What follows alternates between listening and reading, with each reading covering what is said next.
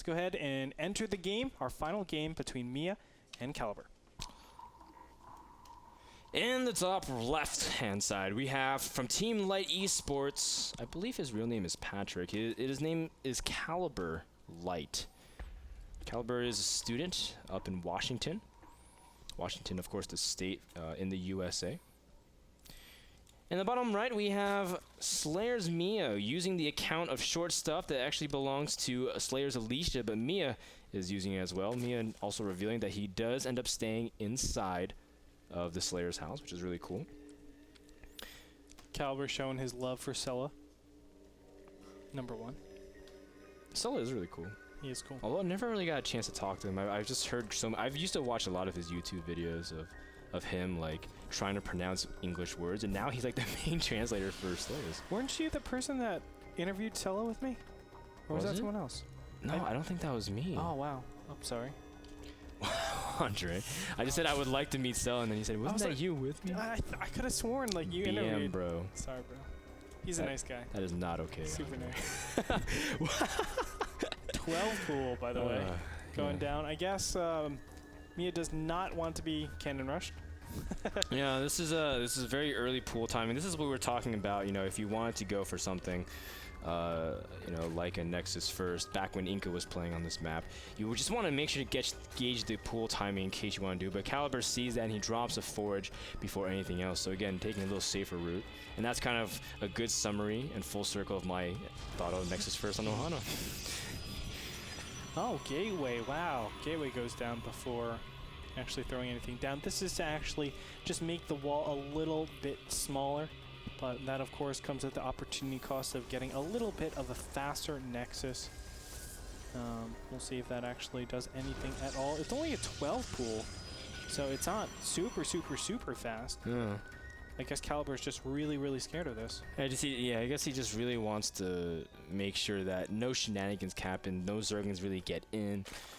And really just keep himself safe, just because Ohana, just the idea that it's a shorter distance map could psychologically affect a lot of the players. Yes. Now you can see Caliber does have his entire wall scouted, but he still hasn't dropped his Nexus. It's very delayed at this point, almost a full 45 seconds. Usually if you want to go for a quick Nexus, you can get it as soon as 2:45, 3 minutes, but the fact that he's delaying this much means he's being extra, extra safe, and as a result, Miya can use that knowledge to say, well, you know, at least he's respecting my scouting. Or his scouting. Yes. Now, a Cyber Core could be placed. No, he's going to actually use a pylon. Of course, a lot of people won't put that on the Cybernex Core because he still needs to take the assimilators. Assimilators finally go down, but Miya finally in a position where he can actually play from a standard position. Doesn't have to worry about getting cannon rushed anymore, although he doesn't know yet. He needs to check. Yeah, honestly, I mean, the biggest thing is that Miya has been kind of lackadaisical in his scouting for probes and pylons and whatnot. In fact, he wouldn't even know if there's a cannon going up right behind his mineral line. It is natural until just now. So Miya's still living life a little on the edge, a little bit careless, but at the same time, he's pretty much under no threat whatsoever. And now we can finally have a normal start to a game, essentially, because both games we've had very weird timing since, you know, the early cannons and pylons go up. You kind of lose your track of your ability of what you can do timing-wise. Precisely right. We have seen Stargate play, by the way, from Caliber both times. We'll see if we see that again in game number 3. I feel like his Stargate play was, I mean, obviously it was great game 1, but game 2 it was like just to defend. It was really, really interesting. I'm wondering why he did that. I think it's just to defend against any potential all-ins. Voidray is obviously really good because Zerglings and Roaches are the only units that can actually attack a Protoss in that early game stage. You can't get Queens across. You can't really get Hydras across. They're all too slow. You can. If you're cats, if you spine caller Queen Rush, you can. But for the most part, I mean, Void Rays are reigning supreme. That's why you normally get Void Rays if you want to defend against any early all-ins like that. Although there are small little tiny timings where you can actually hit before Void Rays are out, still the majority of all-in pushes actually get defended by Void Rays. Still, we don't have some sort of transition in techs. We don't see anything. +1 and Warp Gate, I'm sorry. +1 and Warp Gate are both up. Yeah. So he's doing some sort of what looks like a 4-gate timing. Yeah, the fact that the +1 is this early before he shows anything else indicates that he would normally like to pressure, and you can just park your pylon again up the ramp of that 4th base of Zerg and be able to pressure non-stop with Warpins at that point. Caliber just poking at this point, just seeing what he can pick off. Picks off a couple of Zerglings, but I just like that he's doing this very methodically, very much very cautious with how he's approaching. He doesn't want to lose his Stalkers because, again, because things are like a 12 pool comes up early, he doesn't know if he can get surrounded or not. What? Are you kidding me? What are you? That is great. This the third base? Yeah, this is the third base, a 730, a 730 third expansion. And I saw someone do this. Who did I see? Was it Sasa who did it? It was someone who did this absurdly fast. It was it?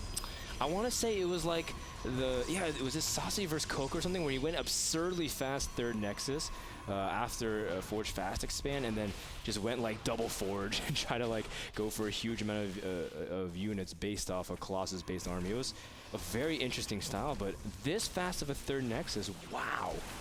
What are your thoughts about this, Andre? It's going to be really difficult to stop a lot of different Roach Zergling all-ins. How do you hold off the Stefano style against this? Yeah, that's the big problem, because a lot of times you need to get a Robo right away, and he hasn't yet done that. I guess he's just relying on just pure pressure. But what this has done is actually put Miya in a really uncomfortable position. Miya is not used to this at all. And he's saying, what the heck? I should be able to pressure, but he doesn't know quite yet. Twilight Council will go down. That'll enable Caliber to actually continue his upgrades and also get Blink. But still, it's a really, really tough thing because Caliber doesn't have a good way at actually knowing what his opponent is doing. So this could be... Oh no, the Zerglings get in and the Sentries will drop. That is a huge pickoff for Miya. The fact that he's able to get all of these units. And, oh, look at that. I mean, the door even opened up just in time for the Zerglings. Caliber's like, why'd I do that? Nice. A great recovery force field, but I mean, this has done a lot more than it should have. Yes, it did. And the Zerglings getting in here don't really do that much, but the fact of the matter is it still is like a win for Miya. Yeah. I want to say Alicia every single time. Well, I mean, he trades minerals for gas, which is so good at this stage of the game, especially as Protoss is busy powering up using all of his gas for other things.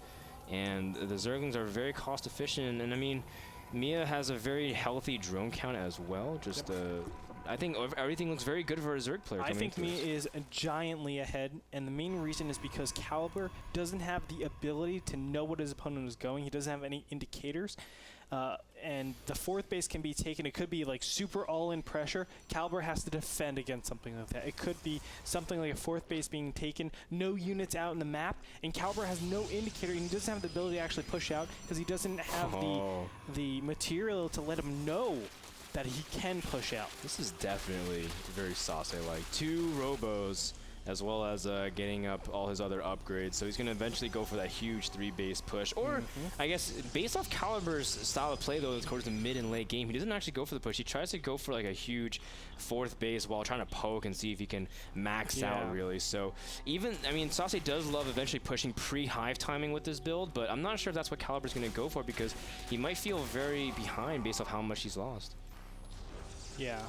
Caliber, as we were talking about, I mean, he has really tough decisions to make, you know? Yeah. Like, there are a lot of things that he can do, but it's like all those things have hard counters. What if mutas show up right now? You know, mutas are going to be so powerful against this double robo play. And mutas are definitely very viable because he has no indicator. He doesn't even have hallucination up. And that's why Stalkers are positioned over here.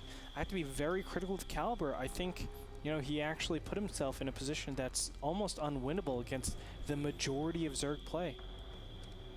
Well, we do see that he does have his RoboBait about to finish up, so he can start his Colossus production soon. And he does have a healthy pool of gas to really keep pumping out Colossus, so he won't necessarily be in the worst position, but it's just that he's giving Miya lots of time to do whatever he wants. Hive will finish, and by the time he gets a decent Colossus count up, he can pretty much use whatever Hive tech he wants, although I'm not sure if that's exactly what Miya's rushing, because he started his Spire considerably later than his Hive, so he won't have Greater Spire for a while. That that might have been just a mistake. I'm not sure. I mean, a lot of times you actually won't get your Spire the same time because think of the essential upgrades that you want to get. Of course, +3/+3 or +2/+3 in this position. Adrenal glands, you know, just making sure your Zerglings are going to be really powerful at that end game stage. So sometimes you'll be like, okay, don't get my Spire immediately afterwards, but it could be a mistake. We can see that immediately that Caliber is starting Thermal Lance, and he's pretty much stopped all pro production, so he doesn't really intend on moving out really. And he's just going to have to sit here and turtle, but he's got like nothing. I mean, even if it's simple as fungling down those units and dropping Infested Terrans, he can do an incredible amount of damage. But, I mean, as Miya is just content with sitting and making sure that he can handle any push and keep tabs on his opponent. Going to take his 5th base as well. And now it gets to the point where can Caliber even really move out past the center of the map? Because if Miya keeps a good tab on his opponent, I mean, there's lots of places in Ohana where you can get flanked, and Zerg has a very nice opportunity to really surround you. And it's getting very dangerous for Caliber to even do anything besides just sit back and wait. Well, you know what? I would actually say under normal circumstances, yes, but I think Miya is actually playing this off a little bit weird. Look back. Look what he actually maxed in, Zerglings and Roaches.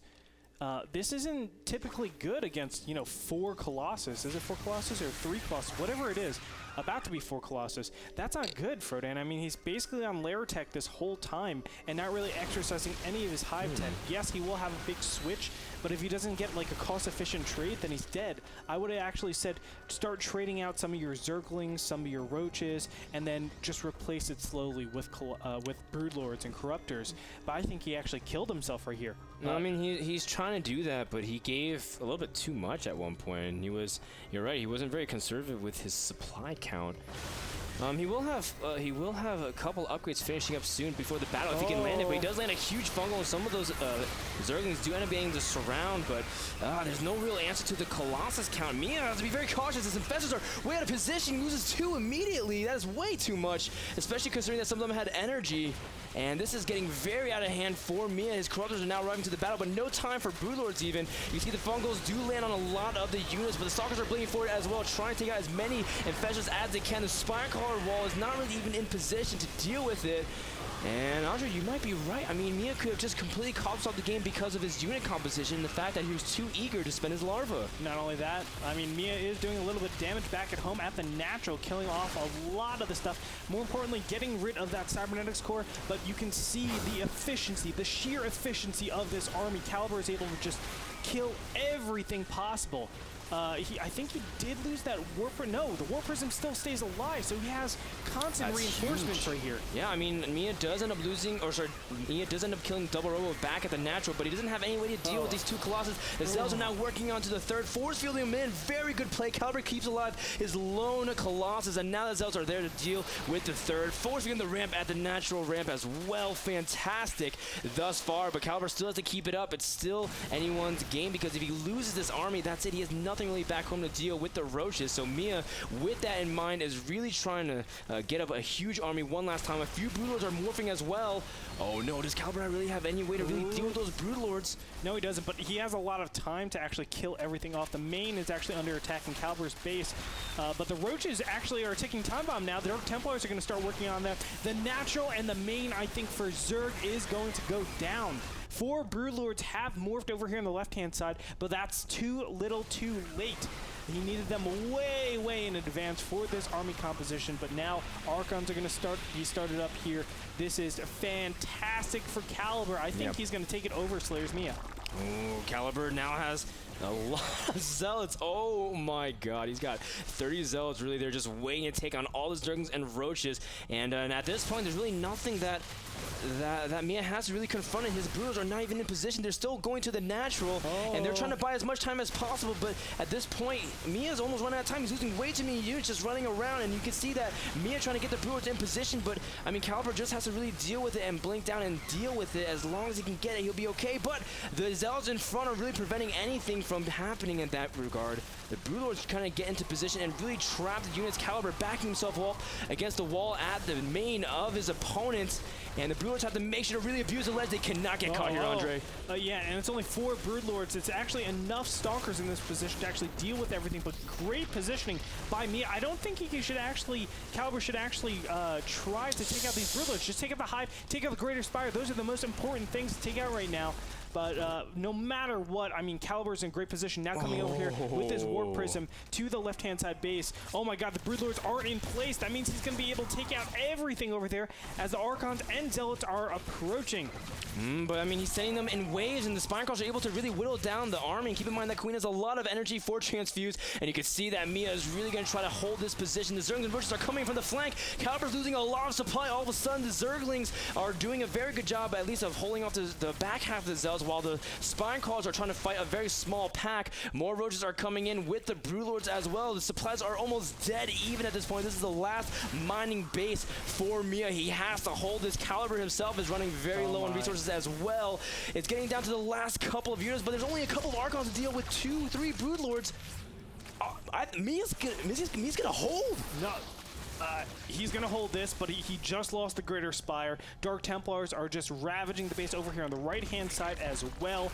He has no mining bases. 34 drones, and they're not doing anything. 140 minerals per minute.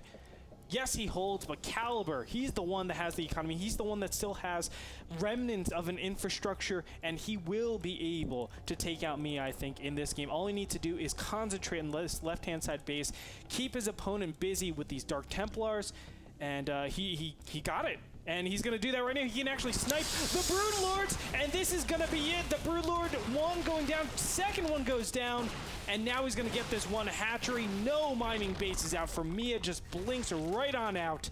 Caliber has just established complete control in this game, and he's going to go on, it looks like, in this round of 128 to go to the round of 64. WW gets called. Congratulations, Caliber. Really, really impressive. I thought for sure that Miya was going to win that, but as I was talking about, the Zergling Roaches, there's no reason to max on that. You're absolutely right. Usually Zerg leaves a comfortable 20 supply really to have that ability to make Broodlords or Corruptors and Broodlords. Wow, very well done by Caliber. An exciting series, and what a great way to wrap that series up. And Caliber has earned his spot for tomorrow for the round 64. Yeah, congratulations to him. But when we come back, we have another very impressive pair of players. It is none other than one of my favorite players in the world right now, Scarlet, up against Top. Really looking forward to that Top. One of the most fantastic Protosses from back in the... Oh, I'm thinking of someone else. We'll be back, guys, when we figure out what races that these two players play. Don't go anywhere. More action from Season 4 Qualifiers coming up right after this. Who was that?